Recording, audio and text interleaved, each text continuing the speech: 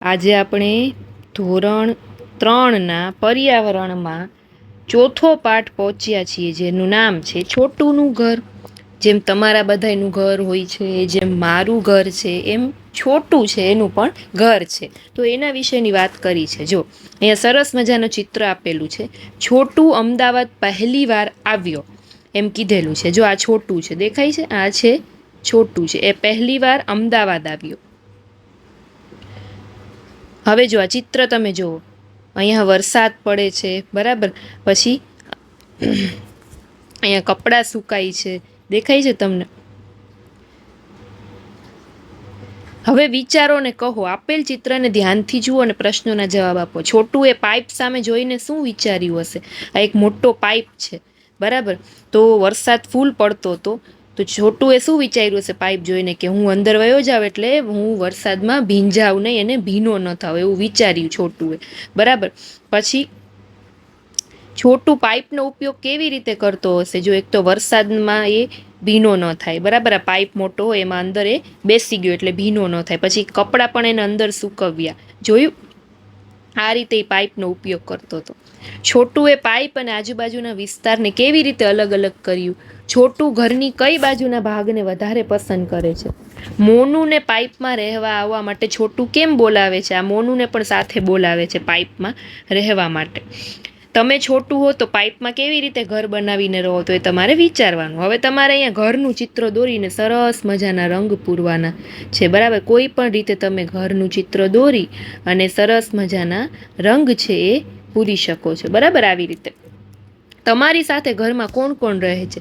તો તમારી સાથે મમ્મી રહેતા હોય તમારા, પછી તમારા પપ્પા સાથે હોય, દાદા દાદી, બરાબર, કાકા કાકી, જે કોઈ પણ હોય બધાના નામ લખવાના.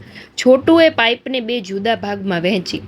તમારા ઘરના જુદા જુદા ભાગો વિશે તમારે લખવાનું. હવે જો તમે દિવસમાં કેટલો સમય ઘરના વિવિધ ભાગમાં વિતાવો છો? હવે તમે જમવા બેસો ત્યારે તમે ડાઇનિંગ ટેબલ ઉપર અથવા તો બીજા કોઈ રસોડાની પાસે રૂમ હોય ત્યાં જમવા બેસતા હો. પછી તમે ટીવી જોવા બેઠક રૂમમાં બેસતા હો. રાતે તમે સૂવા જાઓ ત્યારે તમે બેડરૂમમાં સૂવા જતા હો. તો તમે અલગ અલગ સમય અલગ અલગ ભાગમાં છે વિતાવતા હો છો. રમવા જાઓ તો તમે તમારા ઘરના ફળિયામાં રમતા હો, બરાબર. એવી રીતે તમારા ઘરમાં કોઈ એવો ભાગ છે કે જ્યાં કોઈ સભ્ય વધુ સમય વિતાવે છે? તો હા, મમ્મી છે એ રસોડામાં વધારે સમય વિતાવે છે, બરાબર. તમારા ઘરમાં કોઈ એવો ભાગ છે કે જ્યાં તમારા કુટુંબના કોઈ સભ્ય જવાનું પસંદ નથી કરતા? તમારે એ જણાવવાનું. તમે જોયું છે કે કેટલાક પ્રાણી પણ આપણી સાથે આપણા ઘરમાં રહે છે. કેટલાક પ્રાણીઓ આપણા ઘરમાં રહે છે કારણ કે આપણે તેમને રાખવા માંગીએ છીએ, જ્યારે બીજા પ્રાણીઓ આપમેળે રહે છે. અમુક પ્રાણી આપણે પાળ્યા હોય, બરાબર, પાલતુ પ્રાણી હોય તો એ આપણી સાથે આપણા ઘરમાં રહેતા હોય છે. બીજા પ્રાણી આપમેળે રહેતા હોઈએ છે, બરાબર. જો જોડકું આપ્યું છે સરસ મજાનું.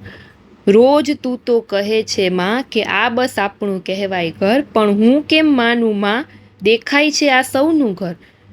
જો તો આ ઉંદરડા કેવા પકડા પકડી રમતા, મચ્છર કેવા ઉડી રહ્યા છે ઘરમાં કરોળિયા ભમતા.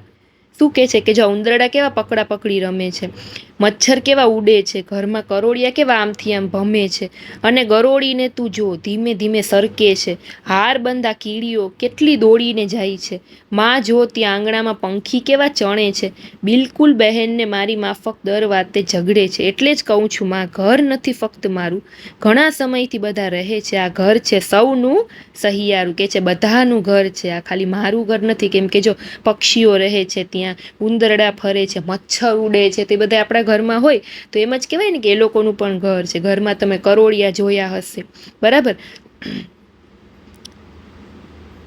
ઘરમાં જોવા મળતા અન્ય 2 પ્રાણીના ચિત્ર દોરો. જેમ કે મચ્છર, તો તમે એ મચ્છર દોરી શકો. ઉંદરડા જોતા હોય તો એ દોરી શકો. અને પછી નીચે એનું નામ લખવાનું. તમે તમારા ઘરને સ્વચ્છ કેવી રીતે રાખો છો? કેવી રીતે રાખો છો? તો આપણા મમ્મી છે દરરોજ છે કચરા પોતા કરે છે, ઝાટક ચૂટક કરે છે, વસ્તુઓ છે વ્યવસ્થિત ગોઠવીને રાખે છે. તો આ રીતે આપણે આપણા ઘરને સ્વચ્છ રાખીએ છીએ. તમે તમારા ઘરનો કચરો ક્યાં ફેંકો છો? તો આપણે આપણા ઘરનો કચરો છે એ આપણે ડસ્ટબિન રાખેલું હોય એમાં ફેંકીએ છીએ. અને ડસ્ટબિન છે એ કચરાવાળાની ગાડીઓ આવતી હોય છે એમાં આપણે ઠલવી દઈએ છીએ. શું તમારા ઘરની આસપાસનો વિસ્તાર સ્વચ્છ છે?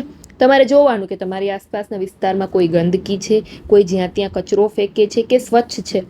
તમારું ઘર સ્વચ્છ રાખવામાં કોણ કોણ મદદ કરે છે? એક તો મમ્મી પોતે, પપ્પા, તમે કરો છો કે નહીં મદદ? બરાબર. જુઓ, લતાનું ઘર કેવું સુંદર શણગારેલું છે. જો છે, શું તમારા ઘરને શણગારવાની કોઈ બીજી રીત છે? દિવાળીમાં તમે જોતા હશો મમ્મી આપણા ઘરને એકદમ સરસ રીતે શણગારે છે. કેવી રીતે શણગારે છે? તો દરવાજા પાસે તોરણ લટકાડે છે, બરાબર, નવા નવા ઓછાળો પાથરે છે, રંગોળી કરે છે, લાઇટિંગ કરે છે. એ બધું તમારે અહીંયા લખવાનું. તમારા મિત્રોને પૂછો કે તેઓ ક્યારે અને કેવી રીતે ઘરને શણગારે છે. હવે વિચારો અને લખો. તમે ઘરને શણગારવા કઈ કઈ વસ્તુનો ઉપયોગ કરો છો એના નામ તમારે અહીંયા લખવાના છે. જેમ કે તોરણનો ઉપયોગ કરીએ ઘરને શણગારવા, પછી બીજું ફૂલોનો ઉપયોગ કરીએ, રંગોળી બનાવીએ, પડદાનો ઉપયોગ કરીએ. એવી બધી વસ્તુના નામ તમારે અહીંયા લખવાના. બસ આવો નાનો અમથો છોટુના ઘર જેવડો આ પાઠ હતો, ચોથો, પર્યાવરણનો. ફરી પાછા આપણે 5મા પાઠમાં મળીશું. ત્યાં સુધી બાળકો બધાને બાય બાય. નવા હો તો ચેનલ સબસ્ક્રાઈબ કરી લેજો.